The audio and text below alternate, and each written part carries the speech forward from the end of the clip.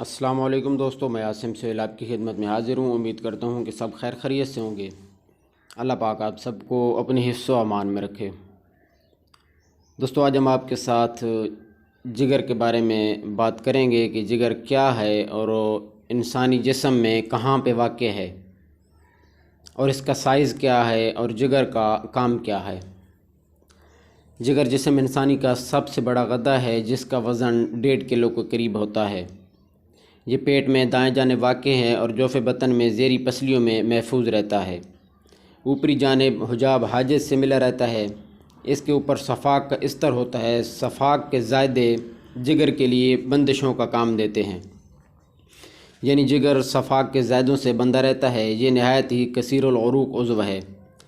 عمر کے مختلف حصوں میں اس کی جسامت گھٹتی بڑھتی رہتی ہے، چنانچہ بچپن میں حالت صحت میں بھی جگر بہت بڑا ہوتا ہے۔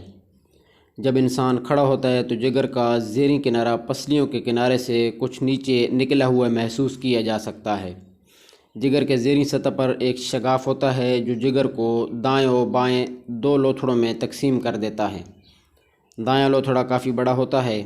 اس کی زیریں سطح قولون کی تعریج کبدی اثنا عشری کا کچھ حصہ قدح گردہ اور گردے سے ملی رہتی ہے۔ دائیں لوتھڑے میں مزید شگاف پائے جاتے ہیں جس سے اس لوتھڑے کی مزید تقسیم ہو جاتی ہے۔ ان شگافوں میں سے ایک آڑا شگاف کہلاتا ہے جس میں باب الکبد، مجرا کبدی اور شریان الکبدی شامل ہیں۔ یہ سب چھوٹی چھوٹی شاخوں میں تقسیم ہو کر جگر میں پھیل جاتی ہیں۔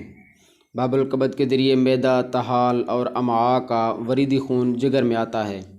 شریان الکبد کا خون باب الکبد کی چھوٹی اور باریک شاخوں سے مل جاتا ہے اور جگر میں پہنچتا ہے۔ جگر کی چھوٹی چھوٹی وریدوں مل کر 2-3 بڑی وریدیں بناتی ہیں جنہیں اوردہ کبدیہ کہا جاتا ہے۔ انہی میں ایک اعصاب اور صغیرہ کبدیہ شامل ہو جاتی ہیں جس میں موجود عضو خون کا چوتھائی حصہ جگر میں عموماً موجود رہتا ہے۔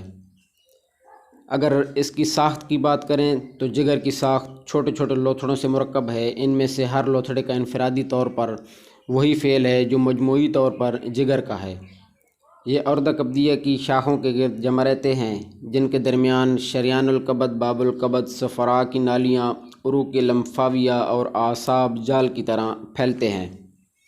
جگر میں اوردہ کبدیہ اور باب الکبد 2 قسم کی وریدیں پائی جاتی ہیں، تاہم ان کا فرق یہ ہے کہ اوردہ کبدیہ کی شاخوں کے دھانے کھلے ہوئے ہوتے ہیں جبکہ باب الکبد کی شاخوں کے دھانے ملے ہوئے نظر آتے ہیں۔ امید ہے کہ آج کی ویڈیو آپ کو پسند آئی ہوگی۔ مزید اس طرح کی ویڈیو کے لیے میرے چینل کو سبسکرائب کر دیں اور دوستوں کے ساتھ شیئر کر دیں، اور اگر یہ ویڈیو پسند آئے تو کومنٹس باکس میں اپنی آراء کا اظہار ضرور کیجیے گا۔ فیس بک پہ بھی ہمارا پیج بنا ہوا ہے ڈاکٹر عاصم اربل شفا خانہ کے نام سے، اسے بھی فالو کر لیں۔ دعاؤں میں یاد رکھیے گا۔ جزاک اللہ خیرہ۔